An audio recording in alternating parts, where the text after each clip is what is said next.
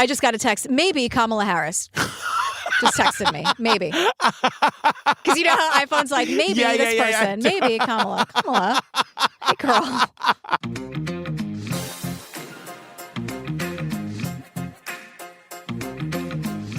Hi, Jillian Benzavali. Hello, Patrick Hines. Oh, my goodness, girl. Before we do anything else, we got to remind the people the merch store is live and it's crazy. The merch store is here. She's fantastic. She has arrived. What's your favorite design? Do you have a favorite? I really like the hoodie. It's the black hoodie with the pink True Crime Obsessed. Because it's like bubble. It's like bubble print. It's like bubble paint. And it's really cozy. Yeah, it's really cozy. The stuff is really cute. We got Pernilla's Yacht stuff. We got brand new stuff that we've never had before. Yeah. So check it out. Go to the website. It's truecrimeobsessed.com and just click on the merch link. It's all right there. Yeah, and it's going to be there for like a couple of weeks. Yeah. Figure it out. John, what's going on? You've got an announcement. Right. So Mike is running the New York City Marathon this year. I'm super, super proud of him. But he's running for a charity. He's running for the National Down Syndrome Society. Oh, so he's the best. He's taking donations. Yes. So the link to donate is in his bio. He's at mpsmithnyc on Instagram.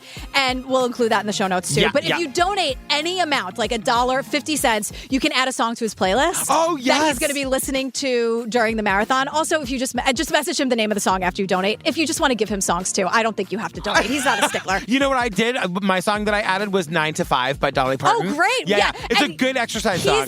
He's getting the chicks, he's getting Taylor, he's getting everything, and he's loving all the suggestions. So I'm just letting you know he's running for the National Down Syndrome Society. We will put the link in the show notes. Yes. He's at mpsmithnyc on Insta and Twitter and like everything. So that's where the link is to donate, and there you go. Support him. He's been working, so he's been running every day. So he's hard. running like 20 miles in a day 20 miles last week. the other It's day. wild. He's doing so well. I'm really, really proud of him. He's doing it right. Like, it's been I'm going to get emotional. It's a real inspiration to watch. So I'm going to go and like be there to support him. I'm going to go too. I'm going. Yeah. I got to make the plans this weekend of like what we're doing and when. But anyway, I just want National Down Syndrome Society. We have people in our family. So there you go. Just want to give a little shout out. We love Hey, you, Mike. Love ya. All right, girl. What are we talking about today? All right. Wait, let's bring the room down. Okay. We're doing the Laci Peterson documentary that's on Netflix. Yes. This is 3 episodes. Yes. We're doing it in 2. So the way we're going to do that is how we usually do this. We're going to take the 3 episodes, split them into 2. This episode that you're hearing right now is live on the regular feed. Episode 2 of our coverage is live right now and ad-free over on Patreon at the $5 level.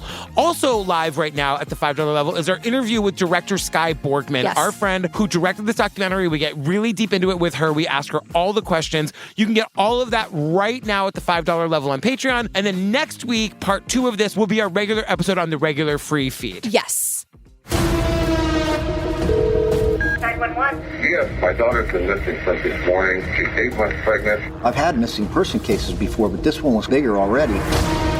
When Laci met Scott, she was very giddy. They were just a cute couple. They acted like newlyweds. Scott wasn't engaging the media. We figured that eventually he would talk to us.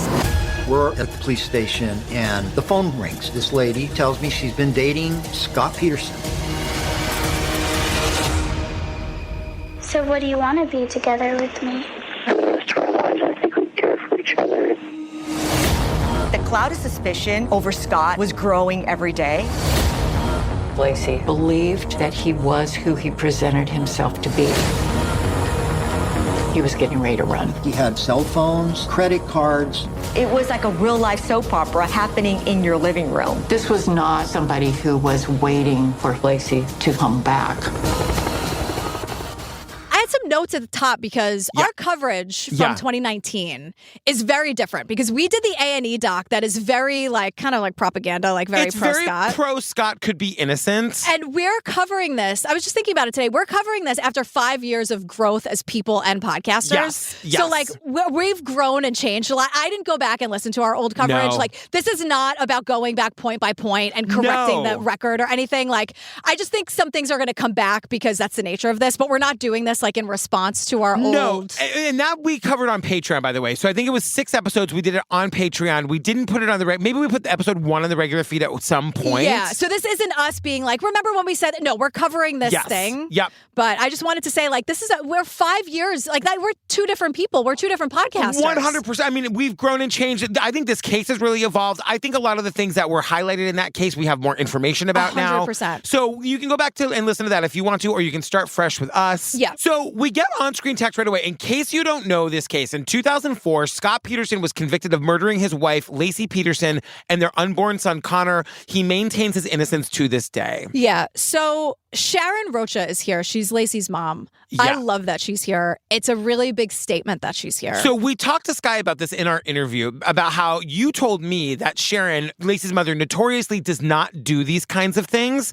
And so we talked to Sky a lot about how she was able to get Sharon to participate in this. Because Sharon's been burned before. Yes. She's been made promises about how this is going to be all about Laci. Don't worry, we're going to respect her. And then that's not what happened. No. And the opposite happened with Sky. Sky did respect Laci. We say this to Sky in the interview, like, Sky is just one of those directors you trust. If you don't know Sky, she directed Abducted in Plain Sight. She directed I Just Killed My Dad. She directed Girl in the Picture. She directs a lot of Unsolved Mysteries episodes. She's directed many more series that I just can't think of off the top of my head. She's a very prolific, very well-respected documentarian in this space. And so when she asks you to do something and she makes you a promise, you know she's going to deliver. Yes. You know? You said to Sky, the thing about Sky is that there's a lot of trust for her in the business. Yeah. And, you know, she said, she was like, it's really not that hard. Just be honest with people and tell them the truth. And I was like, you know what? That's really hard for a lot of people. But I love that Sharon, just because this case has been discussed and not really I'm sure Sharon is struggling with some of the like new hot takes that are happening these days. Of course. As she should. Also, like, this documentary wouldn't be what it is without Sharon's voice, you know? Well, right. And Laci's voice, which is very strong throughout, which is a testament to how well done this was. So the first thing Sharon says, there are times I look back and I think, gosh, it's hard to believe it was 20 years ago. And on the other hand, it seems like it wasn't 20 years ago. Nothing's going to change what really happened. Nothing can change the truth. Nothing can change the truth. Right.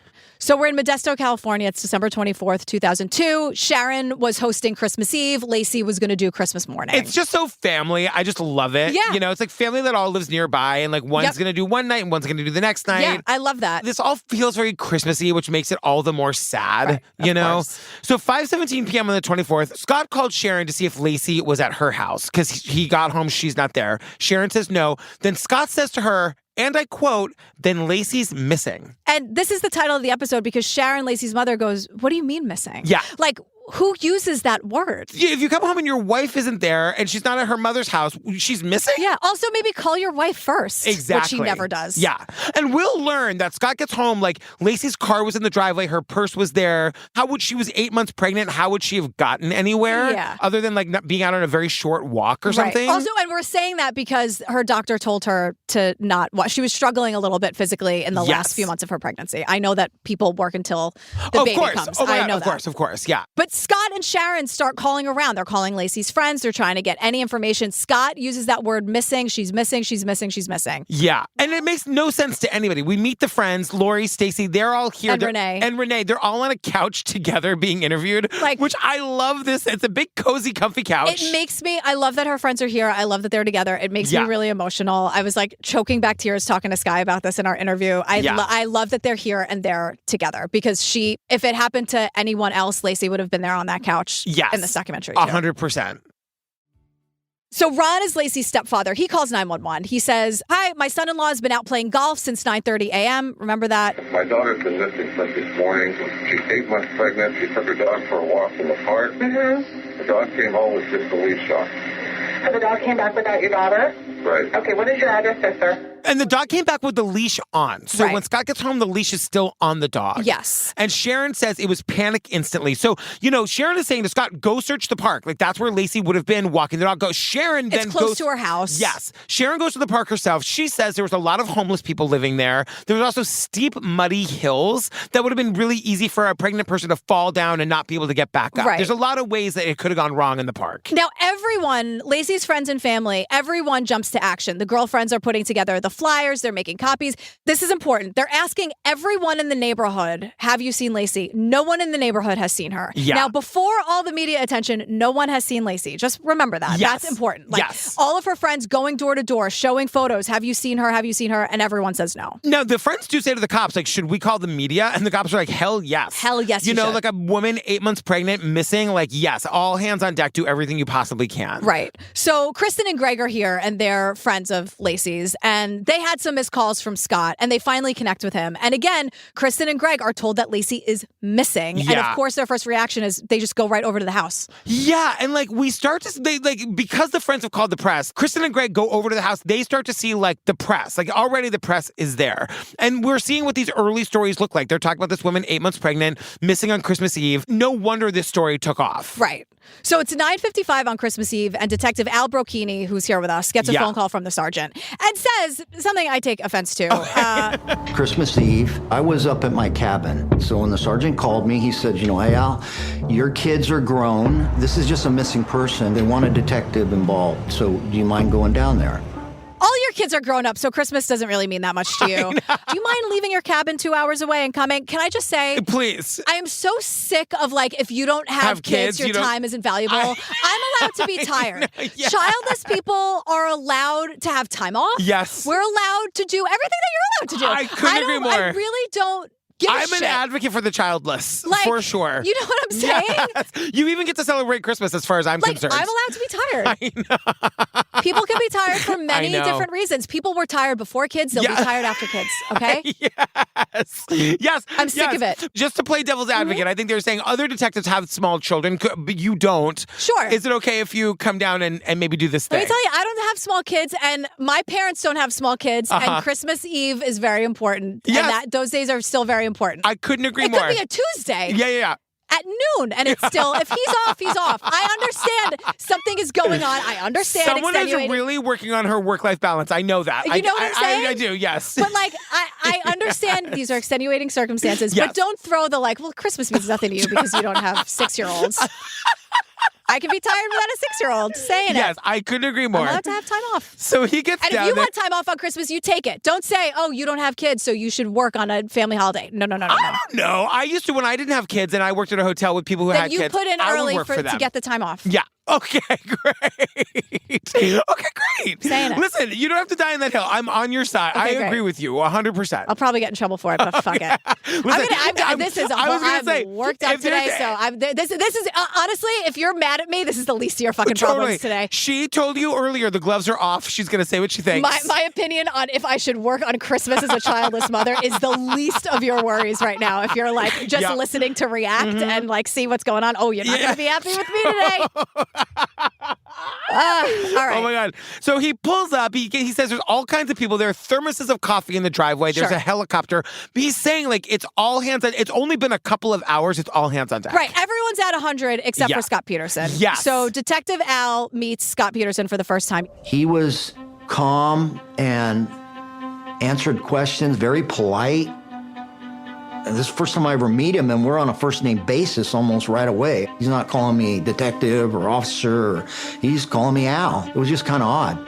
Right away, Scott's being too familiar. Now, what I am not going to do is give Scott any shit for his demeanor. I'm going to say we decided a long time ago we don't do that. Yeah. That, He says things here that I think everyone on earth should be saying. Not in this one, but in this case. But even when we see him in his police interview and he's being very calm and to a point that he looks like he doesn't care, I'm not going to assign him that. Okay, I'm going to say it. But Sure. He's so calm that it's to the point that it's not helpful because he could be giving the police information that could be helping find his wife. Because he's overcorrected to feeling bothered or coming across as being annoyed. Yes. But in my own mind, I think Scott did it. I'll say it until the day 100%. I die. I think Scott did it. I have a lot of questions, and I do not know that we convicted him beyond a reasonable doubt. Okay. I will say that. I will say all of those things. I think he did it, but I'm not going to, I don't need his demeanor as evidence. Oh, because there's plenty against him. Because there's plenty, yeah. Okay, so Scott says, hey, Al, I went fishing. That was my plan for the day. Now, if you remember the 911 call from earlier from the stepfather, because the stepfather called the police, not Scott, that Scott actually told people he was golfing all day. Now, the thing about Scott is that he's also really fucking stupid. He's an idiot. No one thinks he's a mastermind, right? You said earlier that somebody's online, people are he's a mastermind. I'm he got caught. Or if he has to get away with it, he has to be a man. Which is it? Is he unlucky? Is he a man? No, he's just a fucking he's an idiot. He's an idiot because he's saying things that are provably false, and he's going to produce the evidence to prove that they are wrong. Right. So he's saying right now that he went fishing. That was his plan all day when when he told his family he was golfing. But he's going to tell the family, he's going to tell the cops and everybody here that it was a morning, that he made the decision that morning he was going to go golfing, but it was too cold, so I decided to go fishing. He got his fishing license for this day 5 days ago. Yeah, we'll get into all that. I'm just saying, like, just as one example, like he's a bad liar and he's stupid. He's really bad at this. Yeah. So Scott lets the cops search the house and the cars. He gives them permission. Laci's purse is still in the house with everything in it. He's like, look, everything's still here. As if to say, like, she had to have been taken because she wouldn't have left without her IDs. Right. You know? So, Laci doesn't have a boyfriend. Like, they're asking all of these questions, and they're still at the house. Laci has a cell phone, but it's in her car. Now, remember, this is 2002. It's not weird that she would not have her cell phone on her person at all times. Yep. Like, that's not a weird thing. I had just gotten a cell phone in 2002. It's crazy. Yeah. So, but let's talk about Scott's truck, because there's a big tarp in the back of the pickup truck. And in the tarp, there were these 3 big umbrellas, like the ones you'd see in a backyard or like by the pool at a hotel. Yeah. So that's there. Just keep those in the back of your mind. And then like out of nowhere and without being asked, Scott shoves his ticket stub for his launching his boat into Al's hand. He's like, look, I went fishing. See, here's my stub. Right. So it's a stub. Welcome to the Berkeley Marina. It's the boat launch thing. So he was there at 12:54 p.m. on December 24th. And this is where we learned that he bought his fishing license for that day on December 20th. Yeah. So it's like he's going to tell everybody that morning he made the decision to go fishing. But he bought the license for this 4 days ago. And written on the license was December 23rd and 24th. Yeah. How weird. Right. And he told one of the officers he was using a big silver lure.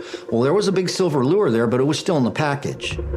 I thought that was kind of odd. The big silver lure is still in the package with the price sticker on it. Yes. Sitting on the front seat of the car. So Al, the detective, then after searching the cars, he asked Scott to take him to his shop. So Scott's got this workshop. He sells fertilizer for a living. And like Al Brocchini, the detective, wants to go see it. So he gets there and Brocchini is saying, like, I took some pictures and like it's so interesting because you see the boat. Yeah. But the boat was not a matter of interest to anybody at this point because he's saying, like, we're hoping for Laci to be alive out there. We're not thinking about the boat. We're not thinking about anything. No. We're just kind of looking around. And they're assuming that like everyone knows about the boat. The guy has a boat. He was going fishing. What's the problem? Right. But the thing is, the cops need to eliminate Scott. He's the husband. He's the last person to see her. He's kind of shady already. Like they got to talk to this guy. So they bring him down to the station, and this is so famous. It's been in every documentary. We see Scott Peterson sitting down, slumped in a chair, like leaning back, hands in his pockets. He just appears to be very bothered by it. He's very casual. At one point, he does this thing where he's like rubbing or scratching his chin, and it irrationally irritates me that I want to like smack his fucking hand away from his face. There's something about it that is I can't tell if it's like because he's so bothered by the fact that he's being asked about this or because he really doesn't care. I don't know what it is, but watching him rub his face like that made me crazy. It's something about I've watched him in this interview so many times in so many different documentaries now that I'm just like thinking what's going through his head. He's like for me, I think he knows he killed his wife. Yeah. He knows this is crunch time. He's got to do everything right now to get the police to not look at him. Right. What is he thinking about? Yeah, and his option wasn't to, let's just say he's faking, this is all an act. Like his option wasn't to act sad. No. And for me, like I can see that being a point in the he didn't do it column. Like he's trying to just stay. Like imagine this is me and Steve is missing. Yeah. I would be absolutely hysterical. Yeah. I would be but everything in me would be like, be calm, because you got to do everything you can to give them everything they need to go find your husband. Yeah, sometimes people are great under pressure. Yeah. That's allowed. So we get the timeline, some of it. So according to Scott, 8 a.m. on the 24th, Scott gets up. Lacey's watching TV. She's watching Martha Stewart, her favorite show. The officer asks him, what were they talking about on the show? And he remembers them talking about meringue, what to do with meringue. Right. He says Lacey's plan for the day was to go shopping. And she's going to go walk Mackenzie, their dog. And then he said he was going to go golfing, but because it was too cold, he decided he was going to go fishing.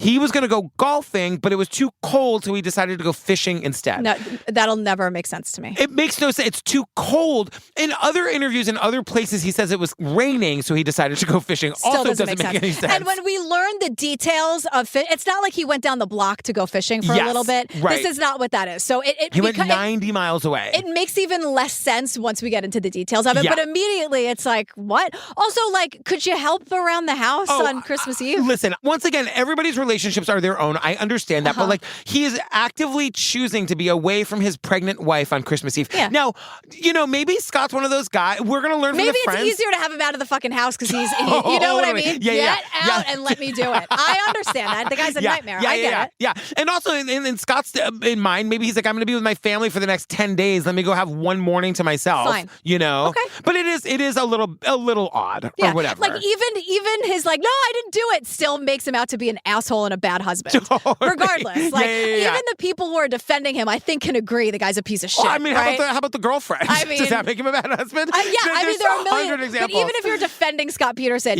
please, for the love of God, admit he's a piece of shit. Of course. Right? I mean, like, his own family has no ability to do that. You know what I mean? Like, it's wild. They surely don't. So the timeline continues. 10 a.m., he arrives at his warehouse, he says. About 10:30, he's checking emails.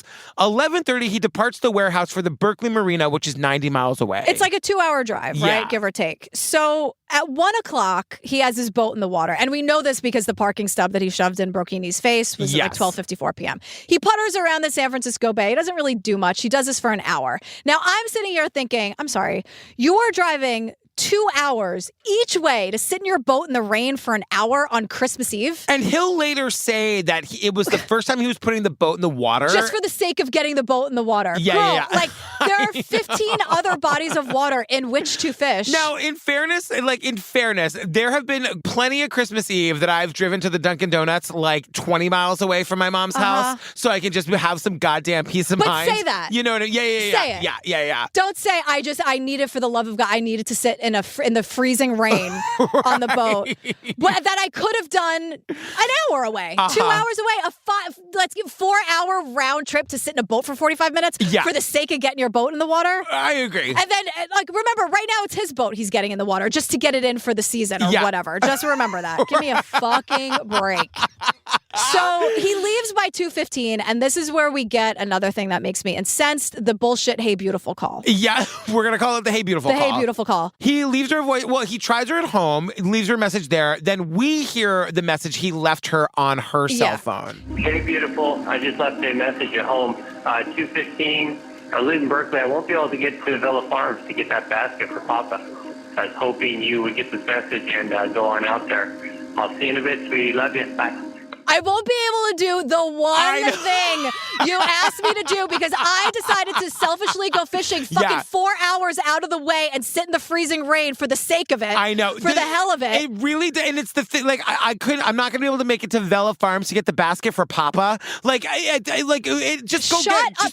And to the, like, he can be a bad husband, but not a murderer crowd. Shut up. Shut up.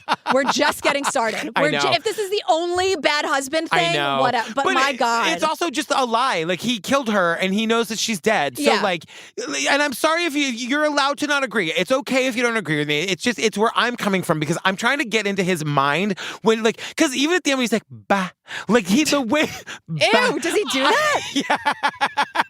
It's open and shut at that point. No, I'm kidding.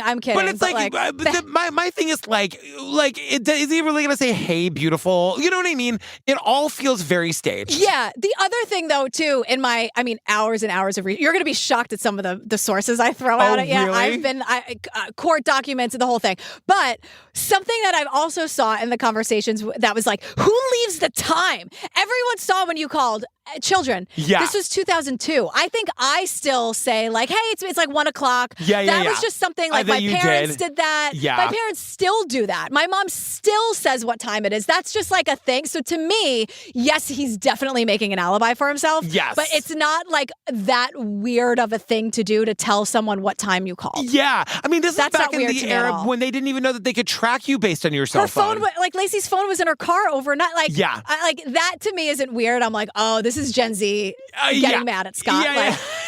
Children, there are so many more things to get mad at him for, but I'm like, it's not weird that he said what time it was. If I left you a message, I think I would still leave the time. Yeah, probably. You know, or totally. like, hey, like I just got back from something. I don't know. That's like how I grew up leaving messages for people. Do you think at some point I should listen to my 554 voicemails? At this point, no. Just delete them all. Here's my question. I feel like I ask this a lot on this podcast. Yeah. What's your end game here? Because you're not listening to any, just delete them. If I could disable the voicemail feature, I would absolutely do it. Can't you? Probably. Oh, God, you're not even going to do that, too. How long has the half and half been sitting on your counter today? I think when did you leave? Do you know you visit me every morning at 4:04 a.m. when I'm pouring the half and half of my coffee? And now I just intend. There's no one else on the other shoulder. No. You're just like, I'm going to leave it. I'm just kidding. Fuck you. I'm leaving it.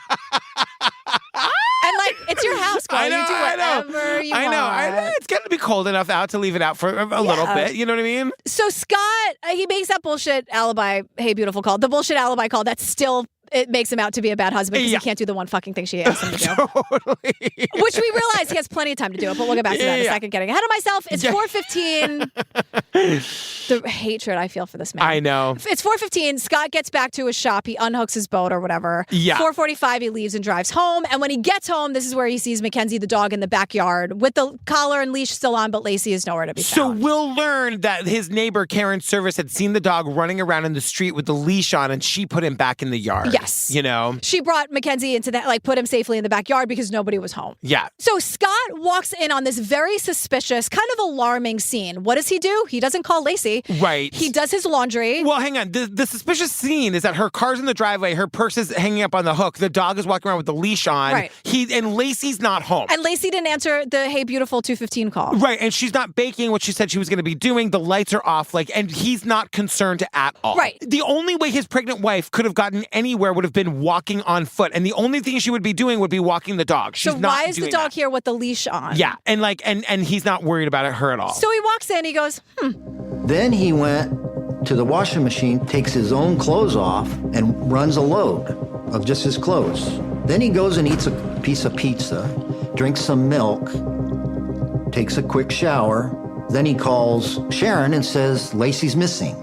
Then calls Laci's mother, Sharon, at 5:17. Doesn't call Laci again. So it sounds like also, by the way, you piece of shit, you did have time to go get the basket. Right. You're puttering around the house, having your pizza and your milk like you're a 6-year-old.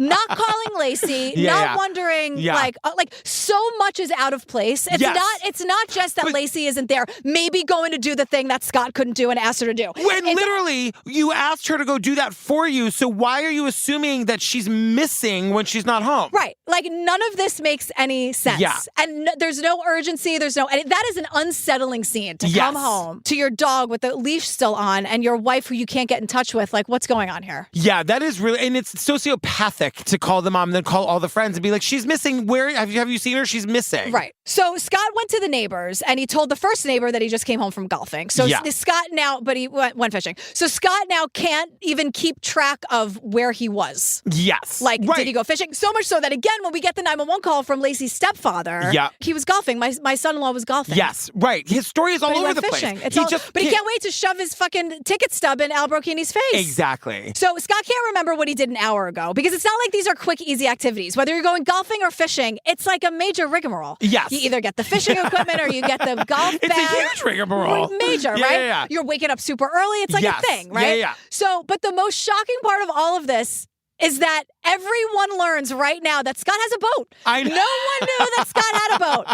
So everyone's like, what boat? Fishing where? Right, For what reason? Oh, you have a boat now all of a sudden? The big surprise secret boat. Yes. So now we're back to the police interview. Any problems in the marriage? Nope. Well, so the thing about that is that Brocchini asks him any problem in the marriage. He just goes, You can see the wheels in his head turning. Like a guilt burp only, like a guilt. Exactly. So then Brocchini says to him, like, would you be willing to take a polygraph? Like, it'd be good for you to do it. It'll just help us rule you out. And Scott says, like, are they legit? Do those things work? Are they accurate? Yeah. And Brocchini goes, well, we can't use it against you in court. Yeah. But yeah, I think they're accurate. Because the whole thing about an officer asking you to take a polygraph is seeing your willingness to take it or not. And it's just leverage. Yes. That's all it is. Yeah. So Scott's like, yeah, sure, why not? So they set up the polygraph for the next day. Christmas Day. Now, Scott is super calm and like casual throughout this whole conversation. He has no idea where Laci is. Cannot wait to get out of there. Right. Now, we'll get back to the polygraph in a second, because this is when I agree with Scott Peterson. Yes. Maybe the second time. There are 2 times, I think, where I'm like, that's what everyone should do, especially if you're innocent. Yes. But now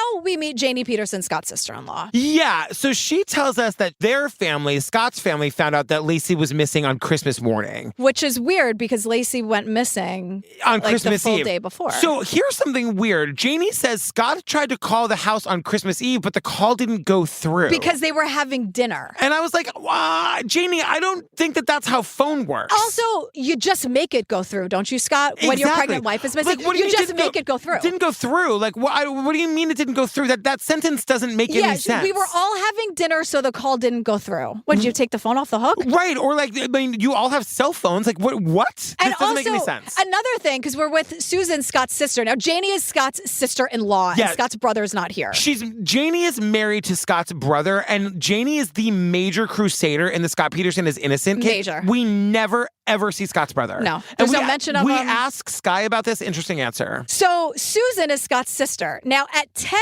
a.m., the very sensible time of 10 a.m. on Christmas morning, Scott calls. Not 2 a.m., not 3 a.m., not pounding on the door in the middle of dinner, not driving for 6 hours to get there. And the also very sensible time at 10 a.m. Not because he was out searching all day and all night with her friends, putting up flyers. He didn't do any of that. He didn't do any of it. No. Now, San Diego to Modesto is at least a 7-hour drive. But when Scott's brother hears about what's going on, according to Janie, the sister-in-law, he gets in the car and says, I'm with you, I'm going, and hightails it to Modesto. Yeah, and this is where we get a little bit of the backstory. So we learned that, like, Scott was the baby of the family. He was a rule follower, easy kid, had lots of friends, did well in school, and he went to Cal Poly for college, like Cal Polytechnic. Yeah, and that's where he met Laci. I met Laci at Cal Poly San Luis Obispo. We were both freshmen in the OH department, which stands for Ornamental Horticulture. Ornamental horticulture, which is my drag name. You want the full definition? I looked it up too. So she met one of her best friends, Heather Adams. Yeah. There, but it's, quote, the art of growing and using plants for their beauty without regard for their food or manufacturing value. Heather, Laci's best friend from college. Always caught bad vibes from Scott. She's like, I don't know about this guy. Yeah, because we learned that, like, from the very beginning when Laci first meets Scott, he's just so over the fucking top and is like courting of her. And Heather says this, like, whenever he meets anyone, he has to be really showy. And Heather literally says, we didn't have the term love bombing back then, but he was love bombing Laci. Yeah. Gifts, flowers, vacations, like, it's endless. Yeah, and they say it worked. Like, she felt, like, immediately in love with him. Like, even Sharon is, like, till the day she died, probably, she was, like, head over heels in love with him. Right. Now, the Peterson family was huge, which is very overwhelming for Laci, and I'm sure anyone. Like, it's a lot. And Scott was, like, the golden boy, and he could do no wrong. So it's kind of a lot walking into a family like that. But I will say, Heather said, she's like, and I saw it with my own 2 eyes, like, the Petersons loved Laci. They doted on her. They loved her for Scott. They really wanted this to work. Yeah. Now, Laci and Scott get engaged quickly. Heather says the engagement was the first time that something really felt real and authentic. It wasn't over the top. Heather says the proposal was in the living room. It was just the two of them. Scott got on bended knee with the ring, and it was a moment just for them, you know? And she's like, that's the first thing I felt something like genuine. That she thinks that she heard something genuine about their relationship for once. It's not 3 dozen roses. It's not like some, you know. Yeah, some like big over the top thing. Now, Ted Rowland, we meet some old familiar faces here from this case and others. I was saying, I feel like we know these people. Like Gloria Gomez, Ted Rowlands, they feel like old friends to me at this point. Now, Ted Rowlands, if you remember, he checks out the story because there's nothing better to do on the 26th of December. Slow news day, he says. He wants to be the first one on the case, and he is. We'll get back to that. Now, Gloria Gomez is here. And as much as we have grown and changed since the last documentary, in my memory, so has Gloria, because I remember her saying some really problematic, she says questionable things. She says something towards the end here that is pretty problematic. Yeah, but I remember the last time we were like, Gloria, like not the... So I didn't feel that as much this time. Again, we're not going back point by point in the last... I didn't listen to our last coverage. We're all different people and different podcasters now. Totally. But it seems that maybe there was a little bit of growth from Gloria as well. Well, you know, journalist Ted is saying the theory at the time was that Laci was out in the park walking the dog and the entire community came out looking for her. And he's saying it wasn't just that people were like, let's do something nice for the community. People really gave a shit. People really wanted to find this 8-month pregnant woman. Yeah. And we learn more about Laci here. She was outgoing. She was not bashful at all. I would get notes home from the teachers. Occasionally she talked a little too much. That's where the Jabberjaws came from. It was just a little nickname we had for her because her jaws were always going. Her mom called her Jabberjaw. And I was like, hey. We get so much footage. I'm going to get really emotional. I know. We get footage of her friends having so much fun. They filmed everything they did. So they were like dancing and singing. And there's like New Kids on the Block. There's like a fake Doritos commercial with like a bag of Doritos. And just laughing all the time and so many friends and sleepovers and just like this little crew. And that's why I love so much like how and why they're here. Yes. All sitting together. And they also say that like of the friend group, Laci was the one that brought people together, and she was the one that wanted to have people together. Like even as she gets older, she wants to have the parties and she wants to have the pool parties and she wants like her house to be like the gathering point. Yeah. So Laci is missing and her friends and family get to work. They get this conference room at a local hotel. This is their war room, right? Yes. They're super professional. They are organized. Friends are traveling from all over to help. They have posters. There's phone calls. There's $125,000 reward. Yeah, like where did that money come from? Jesus. Janie Peterson puts the fucking brakes and like says this really annoying thing about the ribbons. Yes. Crafters, get my back on this because I think I'm right. So Craft Talk, we're looking at you. Look, like I could have just called my mom and asked her, but I want the art crafters to tell us. So Janie Peterson says this super annoying thing that the ribbons weren't lining up. Yeah. She's like, Laci would be cropping the ribbons, so I was cropping the ribbons. Now the ribbons had 2 colors on them. So of course they wouldn't be lined up. And that's kind of the point, Janie. Like I said that was the point to like show the different colors. Like crafters, please back me up. But if there were 2 colors, they would be a little that askew. Was the point. And I just think like, Janie, that's your memory. Like I know. I don't know. These are my personal feelings coming in. I should try to stop that. You know, but crafters, I know I'm right. Look, let's do this for a second. Let's talk about Janie because she's a complicated character. I believe that Janie believes what she believes. I agree. I don't think she's right, but I believe that she believes what she believes. I agree. And I feel real sympathy for her because she has lost her life to this case. You know, like we'll learn in the end she goes to law school and gets a law degree and that like this is her every waking thought. I think she's another victim of Scott's. Yeah. I think he manipulated the hell out of her. And yeah, I think she believes it wholeheartedly. I mean, I was on her website a lot looking about like reading her side of it and seeing her proof and really, I mean, girl, when I tell you the research I did on this, I really, because I knew people wanted to hear it. I read things, I watched things, I really did my research. I read a lot of her website. I was on it for hours. Like, it's not just me trying to like get confirmation bias here. Like, I really was listening to her in her own words on that website. And it's just like, I can't. It's hard when you have a person that you think isn't crazy because I don't think she's crazy. Yeah. You know? No, I'm not going to throw crazy around. I think she believes it. Yes. And I think she's another victim of Scott's, and that's the most succinct way I can't wait to get to your evidence. That'll be in episode 2, available right now and ad-free on the Patreon. So Scott was around, but Heather's like, Scott was right there with us, but he would joke. And he would laugh. And part of you at the time welcomes the distraction. Like you get to the point where your body is ill because you're so distraught. He's not taking it seriously. Like he's not like if it's me, like are you kidding me? Like you're gonna have to tranquilize me to put me to bed. Like I'm in the woods looking for my husband. Yeah, right. So I didn't mean right. I meant Sorry, I heard it. You know when you say something and then it echoes louder and louder, and you're like, no, that's not how I meant it at all. Can you imagine if I was like, yeah, right. You hate that fucking guy. Like no. So it's December 27th, a few days after Laci goes missing, and the cops do a press conference. Yeah. And all the reporters are asking about Scott going fishing because that was in the press release that was released that morning on the 27th. Yes. But at the same time, the cops are like, oh shit, we kind of can't answer that. We can't tell you anything. But they have to answer without answering. Yeah. And it gets real tense real quick. And it gets so uncomfortable that Scott gets up and walks out of the press conference. Yeah. Oh, I'm like, why don't you just ask him? Like, if he's in the press conference, just ask him. Well, now Scott was like real distant and reserved, not engaging with the media, always wearing that baseball cap. No cameras.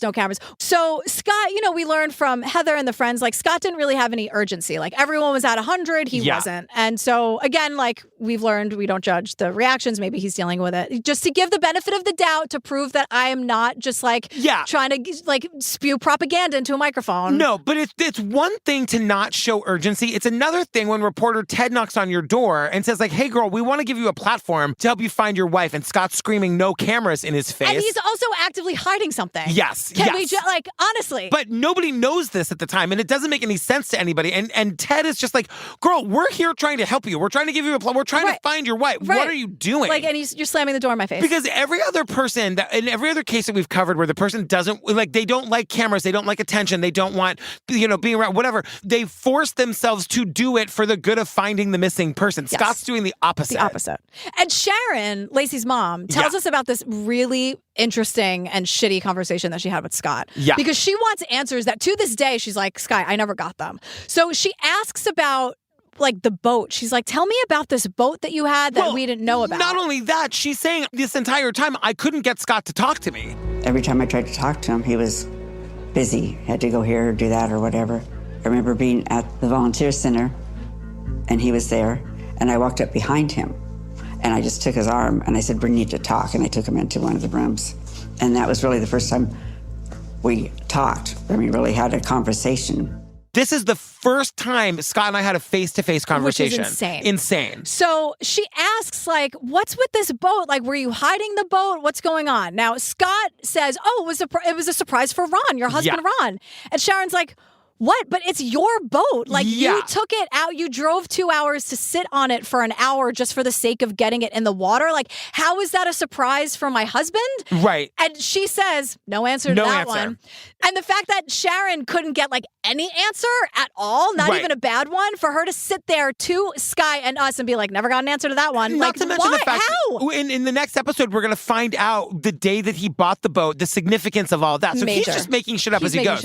So she also asks him in that conversation why he won't just take a polygraph test. Just get yourself cleared. And he says he's too upset to take the polygraph. Now, no one should ever take a polygraph. I agree. I totally agree. So they dropped this in a couple times, and a lot of people, Laci's friends and family and the cops, are just like, all you got to do is take a polygraph. Dear listener, no one should ever take it, especially if you're innocent. So that's something I agree with Scott. Like, just don't take it. Yeah. And it comes out that, like, his dad told him, like, you'd be an idiot to take it. Right. And, like, no one should take a polygraph. No. The other thing that Sharon is saying here, too, she's like, remember, I believed him back then. Like, in that moment, she's like, I loved him. He was part of my family. I certainly didn't want to believe it had anything to do with the disappearance. But, like, this is where it's starting to, like, she's starting to have questions. Right. And so Laci always wanted a baby, and Scott didn't. He didn't want to have a child. And then it was probably about 6 months later or so when she called and said that, that they were trying. And I asked her about that. I said, well, you said he didn't want to.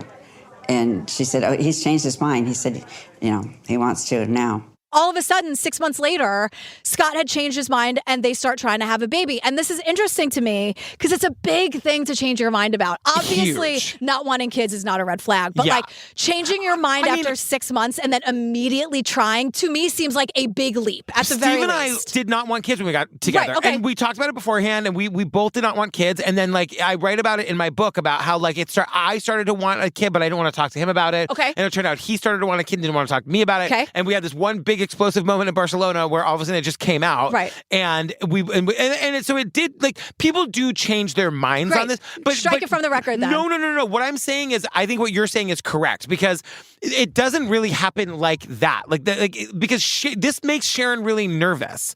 I feel like what Sharon is almost saying is that they got pregnant and then Scott decided to, like, not fight the pregnancy. Well, because there's context here that's, I think, very important. Because, it doesn't take long and Laci's pregnant. She's so happy. Like, Laci could not wait. She's so excited. Yeah. Laci kept a baby diary. This, I just want to point out, there's a couple of times I realize in this documentary that people are writing things or doing things or saying things they think nobody else is going to hear. Yes. And that is when they are the most honest. And this is one of those examples. Exactly. So she's talking about her sonograms and, the baby looked like a little peanut.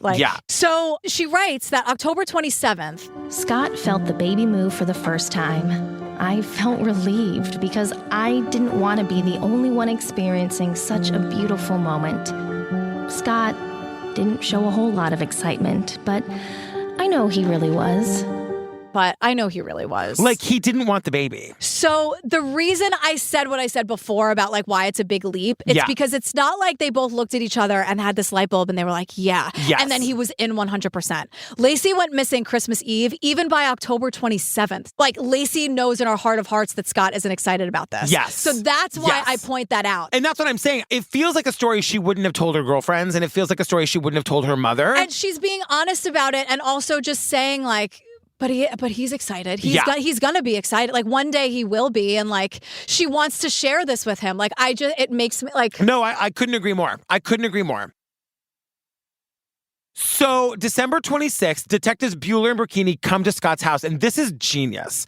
They tell Scott they want to do a more thorough search of the house and the car. And they say, maybe she had a stalker you didn't know about. Maybe there's some hair or blood or fingerprints in the house that aren't yours and aren't hers. Scott, all you got to do is sign here and we can come in and do this for you right now. We can turn this house upside down and find any evidence that might point to something else. Right? All you got to do is sign this. It's like Ursula appears with the big contract. Yes. Sign right here. Yep, and we can come in. Full and permission. Scott says to them, to their faces, you don't expect me to sign this without a lawyer, do you? Everyone on earth should say that and exactly that, especially if you're innocent. He's not crazy to say that. Oh, that's interesting, because I don't agree. I mean, maybe statistically you're right, because my thinking is, like, if I'm innocent, I would absolutely say get in here, search everywhere. I think no matter a lawyer always. And this is me firmly in the Scott did it camp. Like I think you've heard my opinions in the last hour that we've been covering this.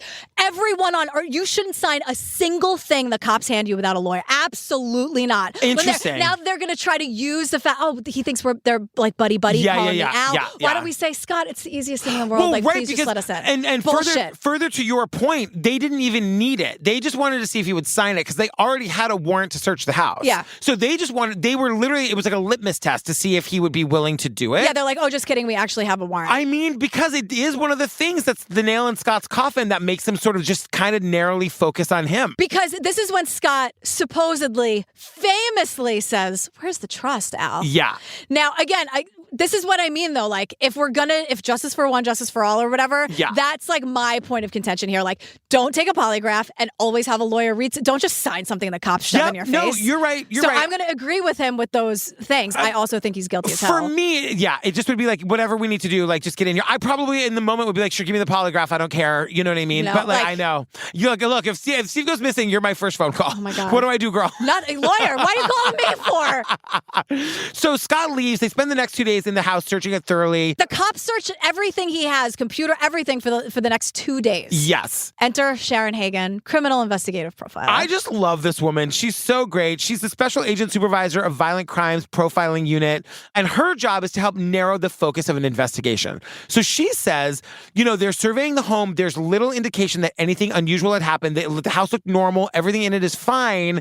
She says, but then they went to the warehouse. This is their second time at the warehouse. And they say their attention is immediately drawn to the boat. Right. Now, Scott told police he decided that morning on a whim to go fishing. Right. We know that's not true. But then he told everyone else, neighbors, his father-in-law, that he was going golfing. But then the cops, he's like, oh, no, I was going to go golfing, but it was too cold, so I went fishing. Yes. But it was premeditated. He bought the license to go on this day. On the 20th. On the 20th. He's lying. So the timeline of the boat is the following. He buys his boat on the 9th of December. Nobody knows he owns it.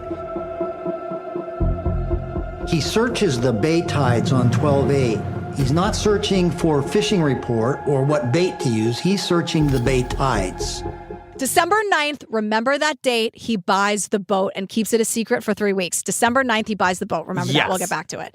He tells the cops, I went to the marina on Christmas Eve just for the sake of getting my boat in the water. Yeah.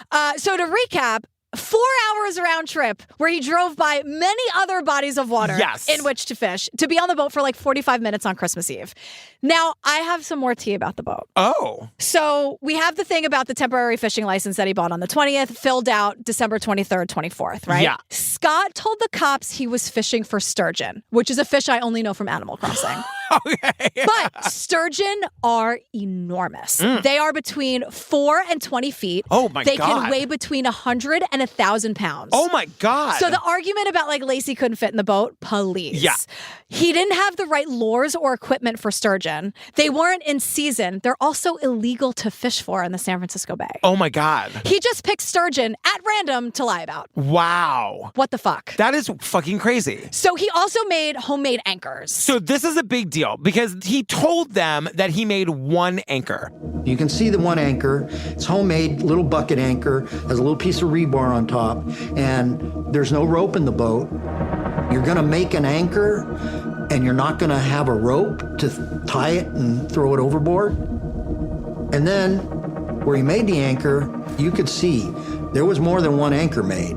they can see the remnants of 5 other homemade anchors that he had made. And Sky shows us the police photos of like, oh, you could see. You can see them. Yeah. You can see that he made 5 anchors. And in the boat, they also find a pair of needle nose pliers with a brown hair wrapped around it. Also, the anchors had to be made in advance. So what's this on a whim bullshit? Right, exactly. You have to make those in advance. Exactly. Or I guess you could argue, well, he made them in advance for when he eventually went fishing. It doesn't mean, okay, fine. That one, fine. Take that one. Yeah. So there's also this argument. They did all these experiments with the boat, blah, blah, blah.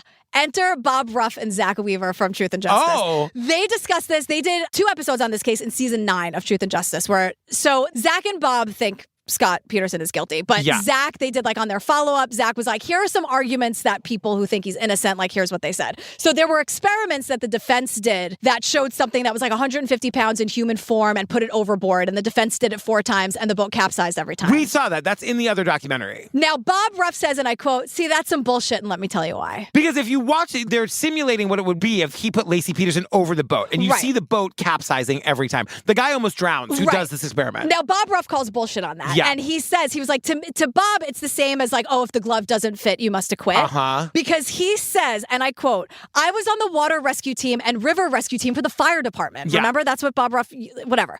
He said that they used boats that size on a regular basis, dumped people out of them and pulled them back in for training all the time. Oh, wow. And never once did we capsize a boat. He said, I can tell you from personal experience, it is absolutely possible to dump a 150-pound person off of a boat like that without capsizing. And then he ends it with, unless you're a dumbass. Thanks, Bob. The other Hey, Bob thing is, Zach. those experiments were done by the defense team. So, of course, they want to make it look like the boat capsizes every single time. And that's Bob's point, where it's like, you don't know what else was going on in these things. He equates it to if the glove doesn't fit, you must acquit. And Bob's like, I lived it. Yeah. I did it all the time with the fire department with many different weights and sizes and whatever. And he goes, we never once capsized a boat. Oh, my God. Pretty all right. crazy. Now we're going to learn about the break-in at the Medina house. This is big. This is what the people who think Scott is innocent point to. So the Medinas are the across-the-street neighbor from the Petersons. We learned that Medina's left on Christmas Eve. They come home on December 26th at 4:30 p.m. There's a large police presence, obviously, because this is the height of Laci missing, and a media presence there as well. They see people canvassing the neighborhood looking for Laci. The Medinas quickly realize that the door to their house has been kicked in. They come back outside. They talk to the police. They turn around to one of the front 500 cops sitting on their lawn, and they're like, hi, also, we were robbed. I know this is that a thing? This is like nothing really compared to what you're doing, but if anyone cares, they stole my heirlooms, which could be very traumatizing. Exactly, but the people who are saying that Scott is innocent will say this is too much of a coincidence to ignore. Right. So we learned the Medinas had left town around 10:30 a.m. on Christmas Eve, which is about 1 hour after Scott Peterson last reported seeing his wife. Scott left Laci at 10:08 a.m. on Christmas Eve, and the Medinas left at 10:30 a.m. Yes. And so, of course, Scott's family thinks that this has to be something. This has to be connected. Right. We will get much more into this burglary across the street in the next couple of episodes, so put a pin in that, but just know that that was something that happened around the same time that Laci went missing. Right. So Detective Brocchini's at work. He's looking over the dispatcher's shoulder as she's typing about this tip that comes in. A woman calls and says, hey, you know that guy on the news, Laci Peterson's husband? He's my boyfriend. We talk every day. Brocchini's like, he's like, wait. I'm like, Bev, is that lady on the phone right now? And she said, yeah. I said, let me talk to her. And then she identifies herself. It's a woman named Amber Fry. I need to talk to her immediately. And that woman, as we know, is Amber Fry. And that's how episode 1 ends. Oh, my God. So episode 2 is called I Wasn't a Mistress. And Sky, thank you for giving all the women in this story their voice. I love that. Yes. All these episodes start with something a little bit out of time or whatever. And I kind of love about Laci. Yeah, exactly. So it was Laci who started the Christmas party tradition among her friends, and she wanted to have everybody at her house. This year, the year that she went missing, was different because she was pregnant. She wasn't going to have the party that year because Scott was going to be out of town for work. And she wasn't feeling well. Yes. Again, the last several weeks, maybe 2 months of her pregnancy, her doctor was saying to stay off her feet, don't walk so much. So Stacey had the party instead. Right. We learned that Scott was gone a lot that year, and that was really hard for Laci, and she was doing a lot of these things on her own now. So Stacey has the party instead. Laci shows up. It's pouring rain. Yeah. And Laci came, and they say she was kind of bummed all night. It wasn't the Christmas party she wanted. Yeah. This all really means a lot to her. She sat in a chair in a corner by herself, and we know this picture. It's her in that red pantsuit sitting in that wicker chair. Yeah. And when we learn what was happening in Scott's life at that exact moment that picture was taken, it is beyond enraging. And her friends say it really took a lot out of her to come. Yes. Which, keep that in mind, because like it took a lot out of her to go to a friend's house and sit in it. But yet she was going to shop all day and walk the dog and whatever. Yep. But this was the last time her friend saw her, that Christmas party. Yes. I mean, that is so fucking sad. I know. So it's December 30th. Amber Fry calls the police. Yeah. She is Scott's girlfriend, not mistress. Girlfriend. Yeah, the detectives like get in the car. They're like, Amber, do not tell anybody that you made this call. Don't go anywhere. We are coming to see you right this second. And they're like, could this even be real? I mean, they probably got a million calls like this. You know what I mean? Yeah, there was something else about the details that Amber said that they were like, oh my, this is real. Because immediately they show up at her apartment and they're like, she had all the goods. Pictures of her and Scott. Like, I mean, she had everything. Yeah. So here's the story with Amber Fry and Scott. And Amber's here to tell it. Yeah. She looks amazing. Skye says she's doing great. She's a total badass. Yeah. November 20th, 2002, 1 month before Laci goes missing, Amber meets Scott. Yes. And her friend introduces them. She said he was funny, easy to talk to, he was, nice looking, and that he was looking to meet the one. And, as a single mom, that was something I was open to and wanting in my life. He was like nice and handsome and looking for the one.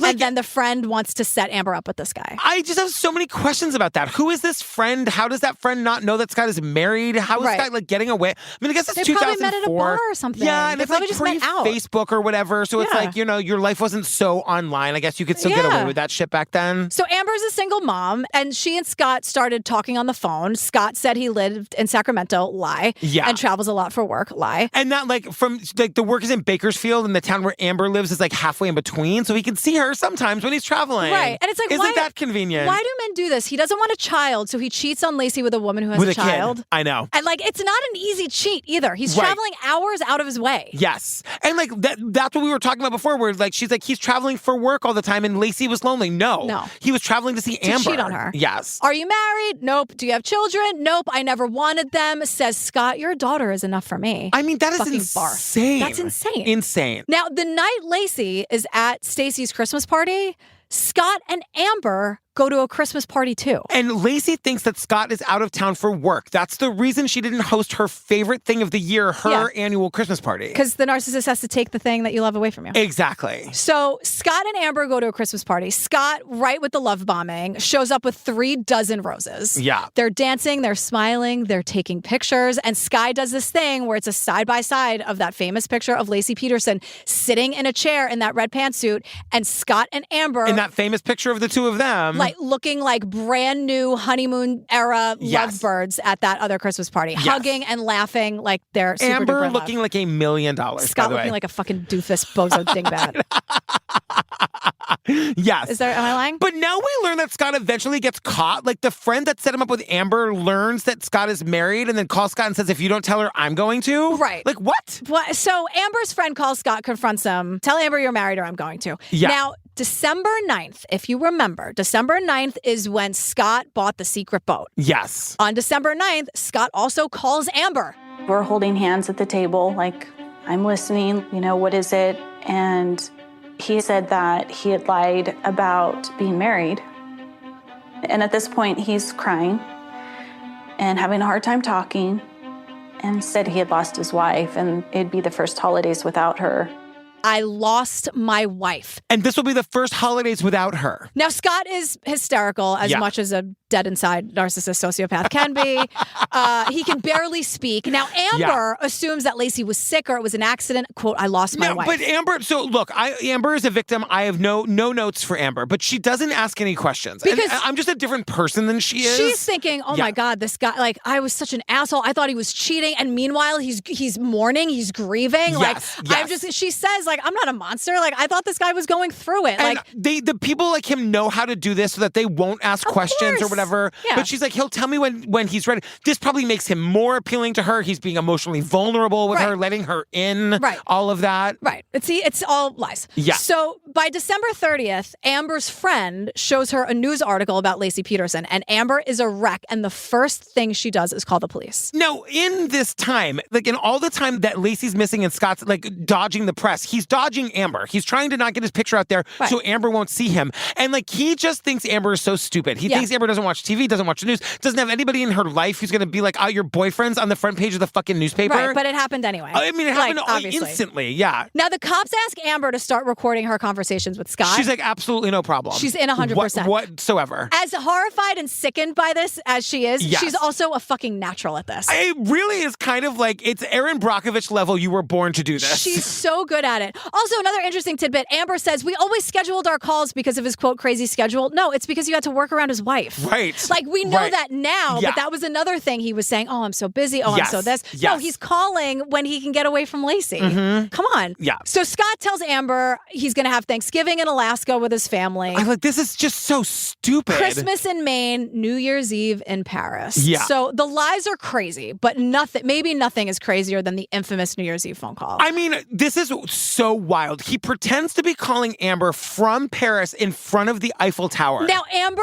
has the knowledge that Scott Peterson is Scott Peterson for maybe 24 hours. Yes. Amber calls the cops on December 30th. Yeah. On December 31st, she records a phone call that will go down in history. I mean, and I'm not making a joke. Even Al was like, she's real good at this. Nailed it. She's nailed it. Because he's screaming, trying to say her name. Pretending he has a bad connection. Amber, are you there? I'm here. Amber, I wish you could hear me.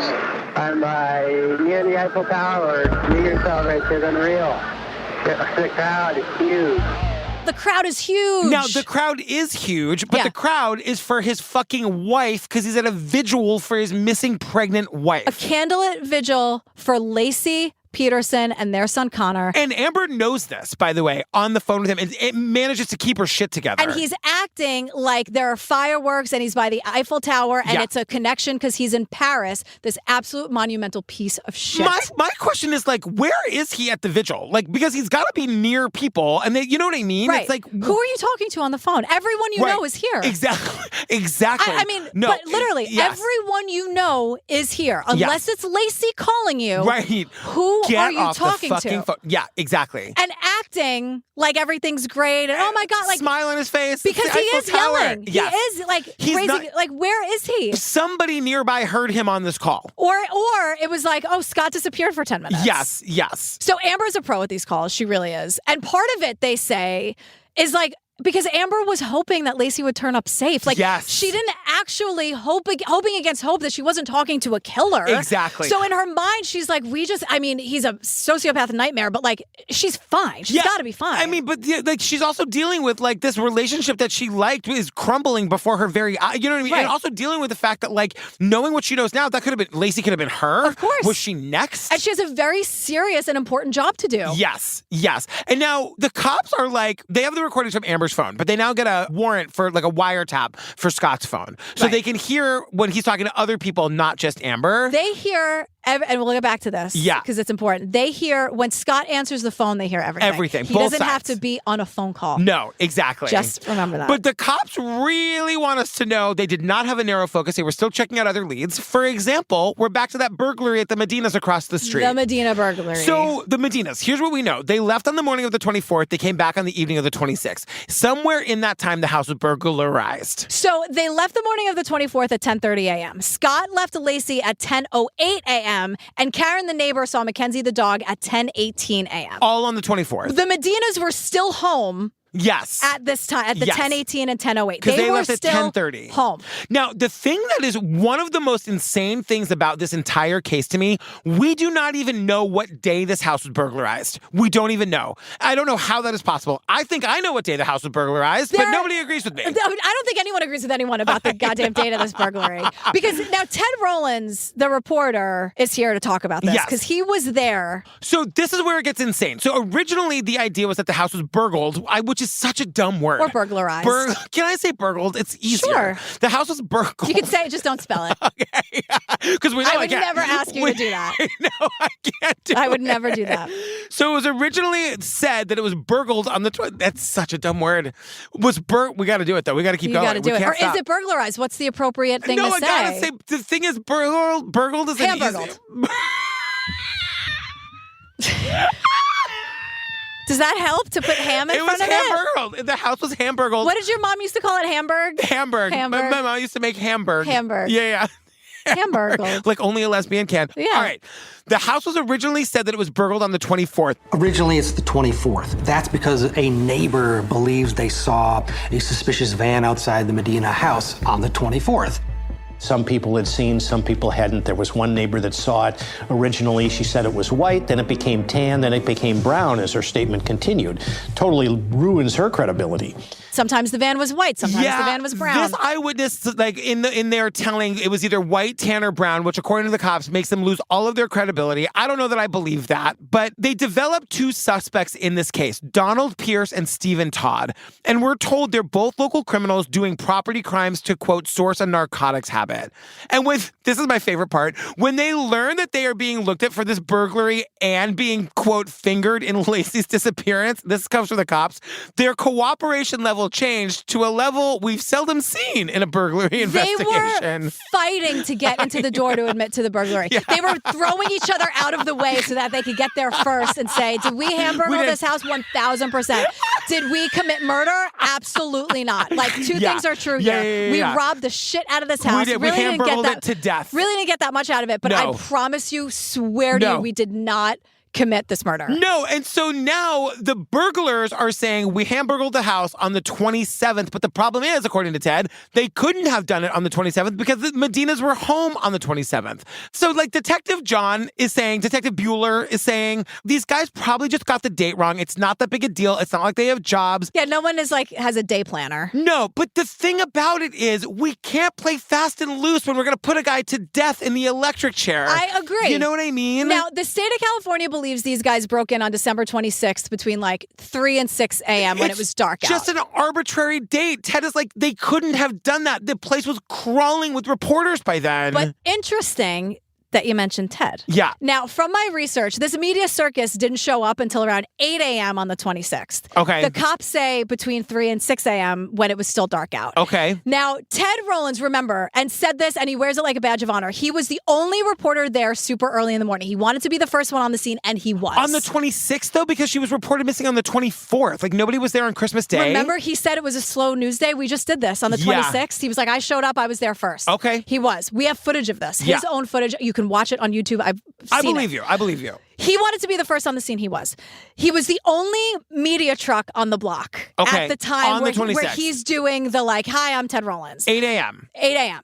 The burglars described his truck exactly where it was parked. This is confirmed to be true because there's video from Ted Rollins himself. It is so early on that he calls her Laci Patterson, not Peterson. Ted Rollins? You see it in the video. I'm here about the disappearance of Laci Patterson. Okay. It's that early. It's still kind of dark out. You can see the sun coming up. He is the only person there.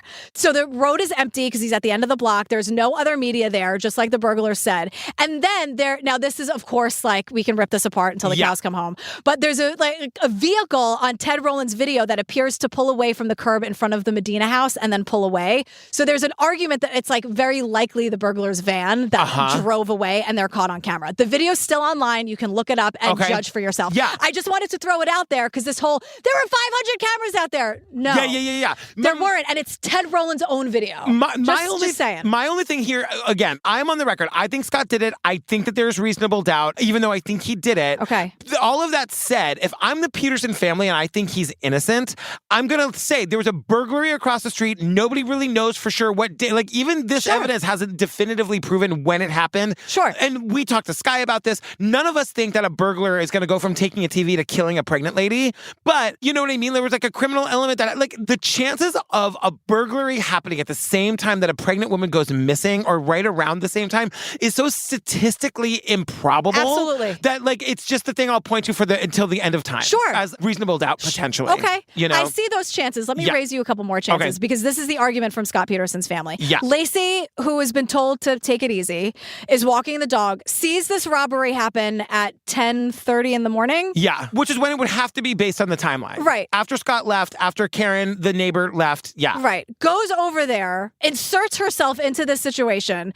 They murder her. They go from stealing family heirlooms to murdering Laci Peterson at 11 o'clock in the morning on Christmas Eve, then kept her body for a few days, crossing their fingers, hoping that a way to frame her husband falls into their laps, and then it does. Because they announced because the press release happens on the 27th about Scott fishing. And, right. So then they know that they can go dump the body in the bay, and that's where the body will be found. And then these two guys take the body they've been keeping where? Who knows? Your guess is as good as mine. Drive 2 hours away to put Laci in the bay where Scott was fishing, a place that is now crawling with police and media. Right. Only the press release didn't have the exact place that Scott put Laci's body. Yeah. But whatever. But like, all of those things have to be true too. No, I totally get it. They just held on to this. Come on. It's not what I think happened, but I do think, look, if we're looking for reasonable doubt, we got to talk about it. Exactly. We got to talk about it. 100, because you're absolutely right. The odds of a burglary happening in this time frame that no one can really say when it happened, which is fine, but it's like 1 hoop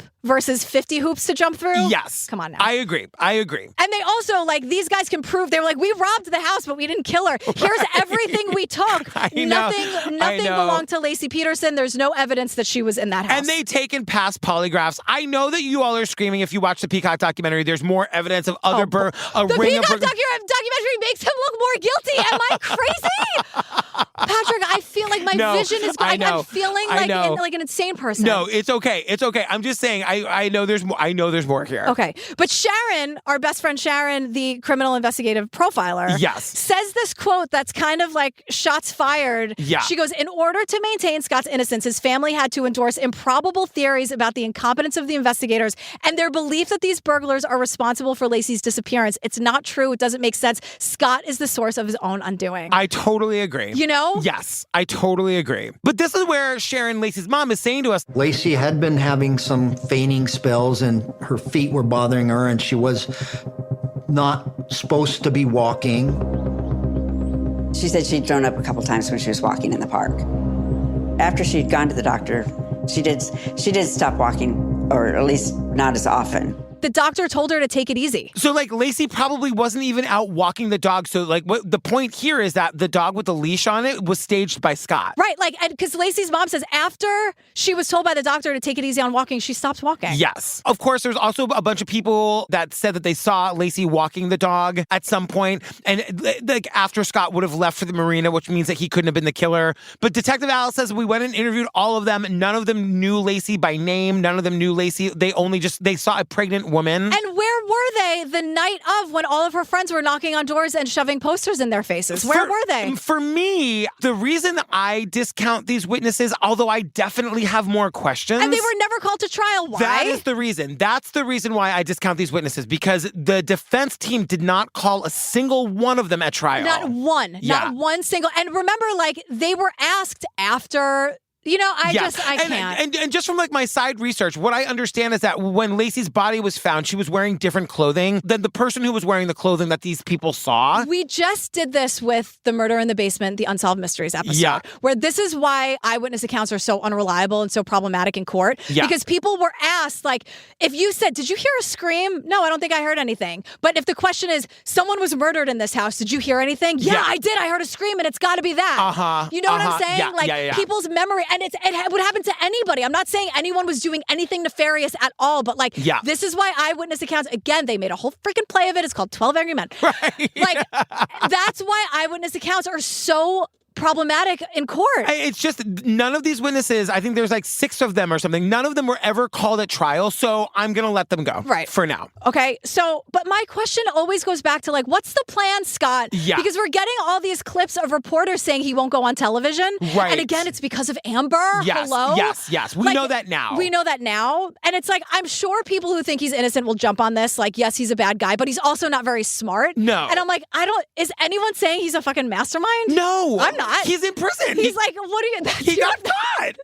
You were so mad about that before, but it's true. Where it's like, who's saying mastermind? He's this, he got what caught. What are you talking about? But so finally, by the end of the first week, Sharon, Laci's mom, is starting to say, by the end of that first week, I was already having my doubts. You know, I was thinking things, but I did not want to say it out loud. Because I was thinking if she came home and knew that I'd had these thoughts, you know, what would that do to our relationship? what would that do to our relationship? Like that, when she said that, it's like, of course, right? But then one of her friends sits her down and was like, girl, this is what you would do to me. Let's make a list of he did it, he didn't do it. And Sharon says the list of he did it was way longer than the list of he didn't do it. Now, by January 3rd, the cops call Scott in again. Yes. And they don't say much. Because they think he did it. And they want to shake some information out of him, but they want to give him enough rope to hang himself, as they say. Right. So they call him in. Hey, Scott, how you doing? Hey, Alan, girl. Fine. They show him that famous picture of Scott and Amber at the Christmas party. But what they did smartly was say, hey, this is a tip that somebody sent us. They ran it through a fax machine to pretend that somebody faxed them the picture. So the picture we know is in full color. What they show him is like a piece of paper that's black and white and pretty grainy. And they know that it's Scott in the picture. They know it is. And so Scott looks at the grainy black and white picture, knowing it's him, and says, Al, you don't think that's me, do you? Cool as a cucumber. Cool as a cucumber. Like, it doesn't even skip a beat. Al, come on. Just to drive the point home, the cops now know for sure that Scott is lying to them. And he lies pretty easily. He lies easily. So, January 6th, Scott calls Amber. Yeah. Did you catch the file name? No. It's called Scott Confesses. Oh. Now, what he's confessing, so he says, hey, I guess you're not watching the news. And she's like, no, I'm not. Yeah. Because he knows the jig is up. He knows the cops have this picture of them together. He knows either she sent it to them or but he's going to get busted for this affair. Now, the confession is Scott saying, okay, I haven't been traveling. Yeah. I'm married and my wife is Laci Peterson and she's been missing since Christmas Eve. He says, the girl I'm married to is named Laci. Fuck off. I know. The girl I'm married to. Fuck you, man. Yeah. So they immediately start fighting and Amber says, I'm sorry, you said you lost your wife on December 9th. Explain that. Yeah. Again, December 9th is when he bought the secret boat. Meanwhile, Amber, by the way, is sitting at the police station for this conversation. She came with fucking receipts. And the cops, you could see in the movie version, they'd be leaning in to give her notes, but then being like, we don't need to give her any notes. No, she is going to town. Don't you interfere. She's doing an amazing job. She absolutely is. And she goes, explain that. What do you mean? You call me on December 9th and says, which I love that she has the date and Scott's a fucking idiot. Yes. Isn't how do you remember the date of that phone call? And that's also because I've been calling you all the time, by the way. Right. He didn't stop calling her. No. And she says to him, how did you lose her then before she was lost? I said that I lost my wife. Yes, you did. I did, and yes. How did you lose her then, before she was lost? Explain that. There are different kinds of loss, Amber. Then explain your loss. I can't to you now. Amber, there are different kinds of loss. But he doesn't say, Amber, I was lying to keep sleeping with you. Yes, this is the truth. It's just lies on top of lies on top of lies. He doesn't even say, Amber, I didn't But now he's sobbing. He's like, you can't believe that I'd be the kind of man who did anything to my wife. I'm not evil like that, Amber. Amber's he almost was trying to make it seem like he's the victim. And I'm Amber, they always try to make it seem like they're the victim. And Amber makes the point here. The only reason she's putting herself through this is for Laci. She says that. I'm only doing this to try to get answers about where is Laci. Of course she is. Yeah. So now the cops are focusing on the Bay because remember, December 9th, Scott tells Amber he, quote, lost his wife. Yeah. Scott also buys a secret boat. That happens on the same day. That can't be a ignored. Coincidence. That can't be ignored. Yeah. You think the burglaries are coincidence? That's a pretty big one too.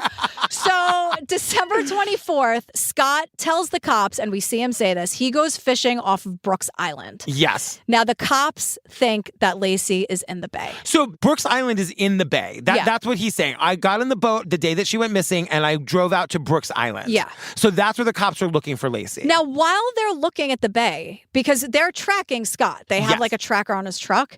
While they're searching the Bay. And he drives to the Bay. And he just looks for 2 minutes or 3 minutes. And then he drives away. And he came back 4 more times. It was more like he was going there to check to see where we were searching to reassure himself that maybe we weren't going to find her. He drives there to watch in secret, is there a few minutes, leaves, does this at least 4 more times. Yes. Doesn't tell anyone. That's weird. It's very fucking weird. Explain why. Yeah. What is that? Now, meanwhile, Laci's girlfriends have a sleepover, on what should have been Laci's baby shower, which is just unimaginable. Yeah. That same day, the cops think they find something in the Bay. It's all over the news that something was found. We don't know what it is. And they describe it that it looks like it could be a body with the arms outstretched. Right. Because that's what the sonar has detected. Now, remember when we told you that Scott's phone is tapped? Yeah, so they can hear everything on the phone. It's kind of like when you call 911. Yes. The minute you dial 911, even when it's ringing, you are being recorded. And they can hear what you're saying or doing. So they can hear if you're silent, and then as soon as they pick up, go, oh my God, my God. They can tell if you're faking it based on that. We had a documentary where that happened. Yes. Yeah. So the cops hear everything. They hear phone calls. They hear voicemails. They hear Scott as he's checking his voicemails. Yeah. So he's listening to a voicemail and they can hear his reaction to it. Everything he's doing on the phone, whether there's a call connected or not, like if the phone is on and up to his ear, they're recording it. Yeah. So the cops figure out what was in the bay. It was not Laci Peterson. It was an anchor. It was a very big anchor. So Sharon, Laci's mom, calls Scott about the anchor because everyone is on pins and needles, right? Yeah. Everyone is like, this is one of those situations where it's like everything is bad. No matter what happens, it's bad news. So you would think you'd be glued to your phone. You would be like here to take this phone call. Sharon, Laci's mom, calls Scott about the anchor. She leaves a message saying, Scott, it was not Laci. It was an anchor. Of course, we knew it wasn't Laci, but I just wanted you to know. I'm listening to him. He hears the message, and then he goes, whistles, just like that. Like, oh, what a relief. I mean, You hear Scott exhale with relief in a way that I could only describe as like he whistles. The universal close call sound. I can't whistle, but it's the same. It's kind of like, whew. Yeah. It's like it's a exhale of relief. It is a whistle of him. It's what he has done in all of his life when he's gotten away with something. It's not a universal close call sound. Yes, because it's not like, oh, thank God that wasn't my wife. She might still be out there. It was, oh my God, thank God they didn't find my wife's body in the bay. Who doesn't answer? Everyone knows that we're waiting to hear what the cops found in the bay. Yes. You are not with your in-laws. You're not with your family. You're letting calls go to voicemail. Yes. Are you out of your what? Yes. So after all that, the photos of Amber and Scott are about to be released. Somehow the National Enquirer has gotten their hands on it and they're going to publish. So now the detectives have to tell Sharon and her husband and like Laci's whole family about the affair. They want to tell her before it comes out. Fuck you, National Enquirer. Why do people do this? Because come on, the National Enquirer is trash. The worst. But like we see this a lot, whether it's the New York Post, also trash. Yeah. But like they basically give the cops like you have 24 hours to solve this thing or we're going public. Like you're so evil, you're so disgusting. Why would you do that? It's so much bigger than whatever. Yeah. So Sharon describes like being called downtown by the cops. She's like, they never really call us. So we went down like not knowing what was going to happen. They show her the pictures and they tell her like, we have Amber, like the affair is real. And Sharon's gut knee-jerk response is to stand up and say out loud, why did he have to kill her? Why did he have to kill her? Now, Laci's brother Brent calls Scott. Yeah. And he goes, Scott. Because the story's broken. So it's out now. Yeah. How am I supposed to support you after this? And Brent is like, no, I'm really asking. Yeah. Tell me something that is going to make me believe you didn't hurt my sister. Yeah. Like you got to answer for yourself. You've never had an answer in all this time. You can't even answer for that stupid boat. Now we need answers, Scott. It's now or never, or we're going to stop supporting you. Yes, and Scott says nothing. He literally has nothing to say back. It's like some stupid word salad talking. About like, I've always loved her and you know that I've loved her. Yeah. It's not a real answer. Nothing. It's no honesty. If you were like, I'm a sex addict, I needed to, or some kind of semblance of honesty, or just say, I'm a bad guy, Brent. Yeah, I'm a bad guy. Yeah. And I'm the a marriage liar. was over. I didn't love her anymore, but I would never hurt her. You know me. You know, like, and you know, if I'm being honest with you, I was scared about being a father, and I everything I'm about to say to you makes me sound like the monster I am, but I promise none of that. Nothing. Yeah. So now the family goes public and gives a statement through a representative, turning on Scott and saying, Scott, you've been lying to us this entire time. Yes. You have to be honest. Please work with the police. Now, this is where we get in the documentary, 2 cameras, Scott's sister and sister-in-law being fucking vile and disgusting right now. They are just in such deep fucking denial. Janie's like, I told him the next time I see him, I'm going to sock him, but then I'm going to hug him. I'm going to slug you, then I'm going to hug you, because we're going to get through this. It's really, it's awful. And his sister says, my brother had, now I don't even like to use the word affair, then goes on to describe an affair. Like, that's what I mean. Just say he had an affair. Right. And say what the defenders love saying. Yeah, he had an affair, but he was not a murderer. Right. At least admit he was fucking around. Exactly. Instead to say, I don't even want to use the word affair, and then say he wanted a sexual relationship with someone who was willing, and it has nothing to do with Laci's disappearance. That is so rude and disrespectful to do. Just admit it. It just is. It doesn't help your case to not, like, the best defense a defense team ever has is my client's a fucking asshole. I hate him too. How many times do we hear it? He's not a good guy. No. Is he a bad guy? Yes. Murderer? Totally. No. Is she a greedy slut? Yeah. The greediest. Slut. I can't remember. That was one of our bonus episodes last year. My sister, he said. Is my sister a greedy slut? You're goddamn right she is. Oh my God. God. Is my sister a greedy slut? Absolutely. 100%. But did she do this murder? Absolutely not. I don't even remember who did the murder. Maybe she did. I think she did. But even today, minute, if you're going to sit in front of Sky Borgman, you know what I mean? Yeah. Like in the year of Beyonce and 2024, I don't understand. Just say, of course they had an affair. I know. Yeah, he was cheating all the time. Admit it, because if you believe in the cause as strongly as you do, don't play dirty. Yeah. Don't deny what the truth is. No, and then now the media, because the story has broken and it's everywhere, all of a sudden, and Amber had no idea any of this was ever going to happen. She's just trying to help find Laci. Because Amber's now being harassed because her name's in the paper. So they're hounding her at her job. She goes to see Brocchini. Brocchini's like, the best thing we can think of to do is let's hold a press conference for you so you can beg to be treated like it's like respect. A human being. So it's January 23rd, and she gets up there, and this is also very famous. Like, she's shaking like a leaf. She is incredible in this moment. She's just like, she gets up there and she says, I did not know that he had a wife. Scott told me he was not married. I am very sorry for Laci's family and the pain that this has caused them. And I pray for her safe return as well.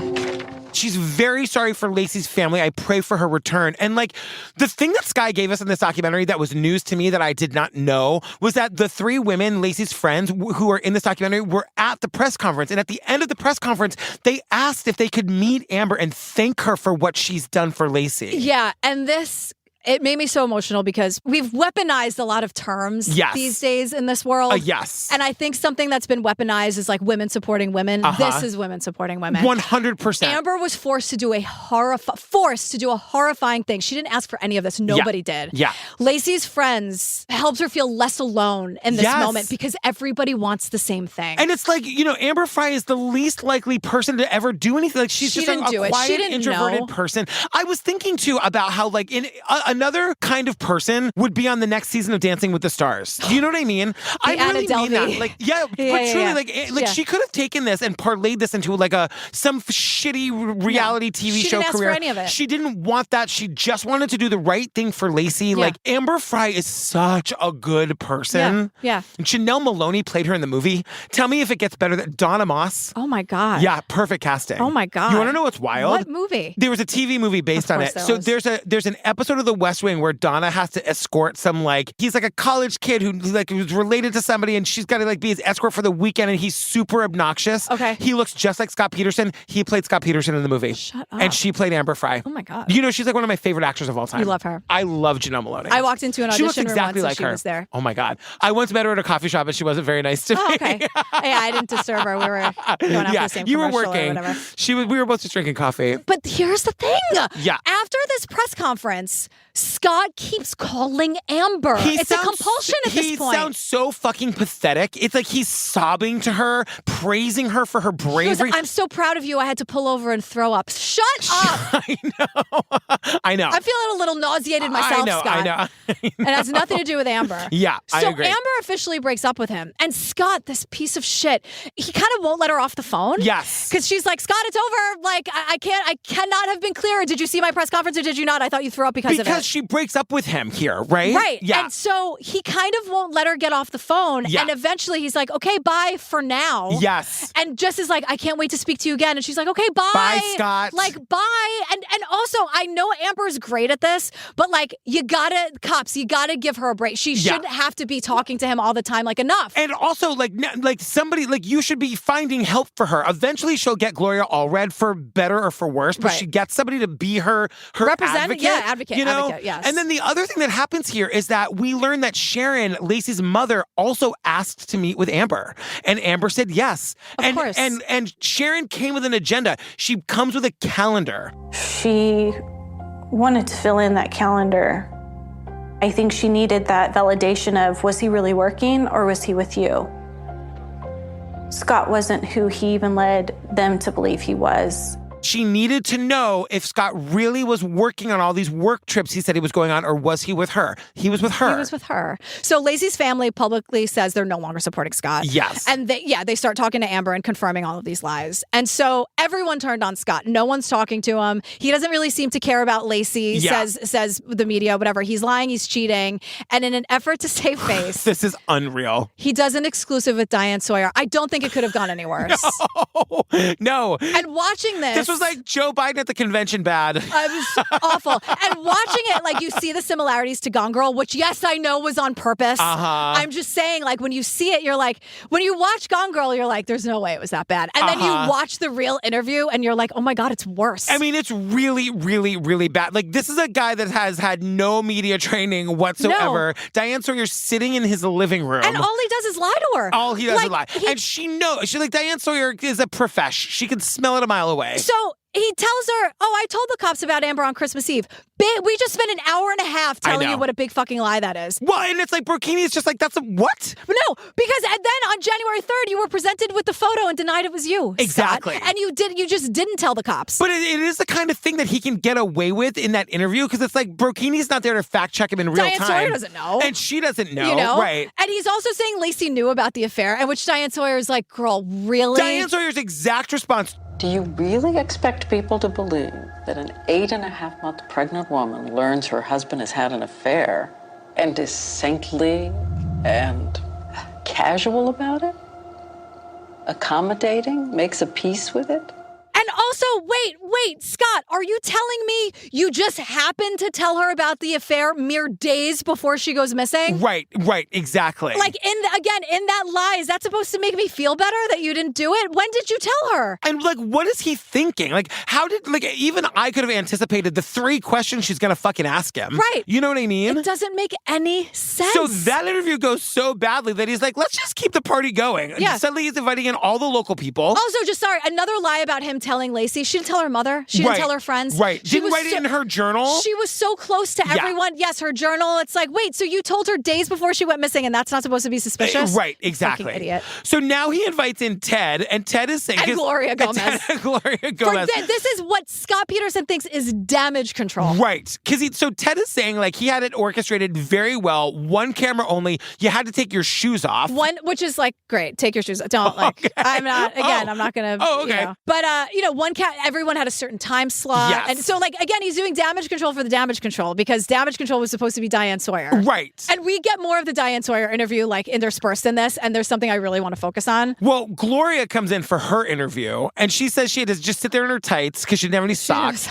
And she said that she felt like she was going into a crime scene. Yeah. That, like, she believed that Laci was killed in that house. And so she's in there. She's only got a few minutes with him, and she's, like, looking around trying to take the entire scene in. Yeah. And at one point, Ted Rollins is like, yeah, he was just like, everything was scripted, and he goes, there he is with that voice of his. But he also, like, Gloria asks why he loves Laci, and he can't answer the question. I mean, he literally has he's like, and you can see him in real time being like, this is the question. Like, this is the thing I should be able to answer. He says just being able to complete each other. Well, just look at the photo. Oh my God. He says just look at the photo. It's horrifying. It just seemed so disconnected. Like, you can't tell me what you love about Laci? You could tell. He just didn't have the words. And I thought, wow, that's telling. I don't really love those questions either about, like, your person. Yeah. Like, but like, Scott if you ask, like, what I love about Steve when he's missing, I would have, are you kidding? When you knew this interview's coming. Yes. Like, if someone asked you on the spot, like, I understand, but it's like, Scott, you need to just say the right things here. Right. But Diane Sawyer, we get this clip. Diane Sawyer says to Scott, she asked Scott about Connor. Yeah. And she says, you haven't mentioned your son. And I'm telling you, in this moment, Scott forgot about Connor. 100, like, watch his face. He totally forgot about he's him. surprised. Yes. And he's like, oh shit, Connor. In his head, he's doing the math or whatever. And it's insane to watch. Yeah. Because then he sort of, like, kind of code switches into, like, sad about Connor now. Yep. But in that moment, he forgot about Connor. Go back and watch it. It's true. I know. I had the exact same thought. Even if you're a defender of him, because even go back and watch for a it. second, he's like, who's Connor? You know what I mean? It's all over his face. Yes. It's all over his face. Yes. So, but all the report, we get, like, a lot of clips of people asking about Connor, and he's really trying to cry super hard. And he's saying that, like, Connor's room, because they were, like, Laci was 8.5 months pregnant, so the room was ready to go. So this is the thing, because on February 18th, 2003, they get a second search warrant to search the house. What they're looking for is they want to see how he's changed the house. How is it updated? How has he been living in here? The house is super cluttered. There's no respect for Laci's things. We learned that he's already sold Laci's car. Yep. He's been inquiring about selling the house. We hear him on the phone with a real estate broker trying to sell the house. The nursery had been changed drastically. At that time, he was using it more as a storage facility than anything else. This was not somebody who was waiting for his wife to come back. And it's not like any sort of organized or respectful storage area. No. I'm sure people are going to think I'm nitpicking about this. No. I say this in the interview with Sky. Any parent will tell you, you will have one of a million reactions as a parent if your kid is dead. But like, one of them is not going to be, let me put the laundry in there. Let me put like because he said to Diane Sawyer, I've closed the door. I won't go in there until there's a little guy to put in there. Which is, that's the thing. That's why I'm harping on it, because that is another major lie. Yes. That's a lie. I told you off mic, this was the thing for me the first time I watched this series that I hadn't seen before. That was like, he definitely did it. Yeah. Because like the way that he's turned that nursery, like it's like the vacuum cleaner's in there, the rug is all crumpled up. Yeah. It's like the laundry bag is in the crib. He knew she wasn't coming home. So why are you selling her car? I mean, selling the car. I can understand putting the house on the market to get away from the media pressure. Yeah. Totally understand that. But with everything else, one thing, okay. But when there are 50 million things over and over and over again, it's like, I'm not Simone Biles. I can't keep doing these backflips. No. And so episode 2 ends with the investigators saying that they feel that they've got enough circumstantial evidence to bring Scott in. They can arrest him, but the DA says they won't let them file without a body. That's where we're ending episode 2. We all know that Laci and Connor's bodies are discovered shortly thereafter. Yes. And then the ending ensues. So right now, episode 2, which covers that whole part of the case, is live on Patreon. That's our episode 2 of this. It'll be our regular episode next week. Also live on Patreon right now is our interview with Skye Borgman, where we really dig into all of this. Yes. She really gives us her perspective on talking to Amber, on talking to Sharon, on like why she didn't talk to Scott, her theory of the case, why she wanted to make this in general. It's a really great interview. We're very proud of it. It's amazing. It was like, that was like a big day. Yeah. So no coming up on, and we'll see you next week. We'll see you next week. All right, fam. We love you. We love you. Bye.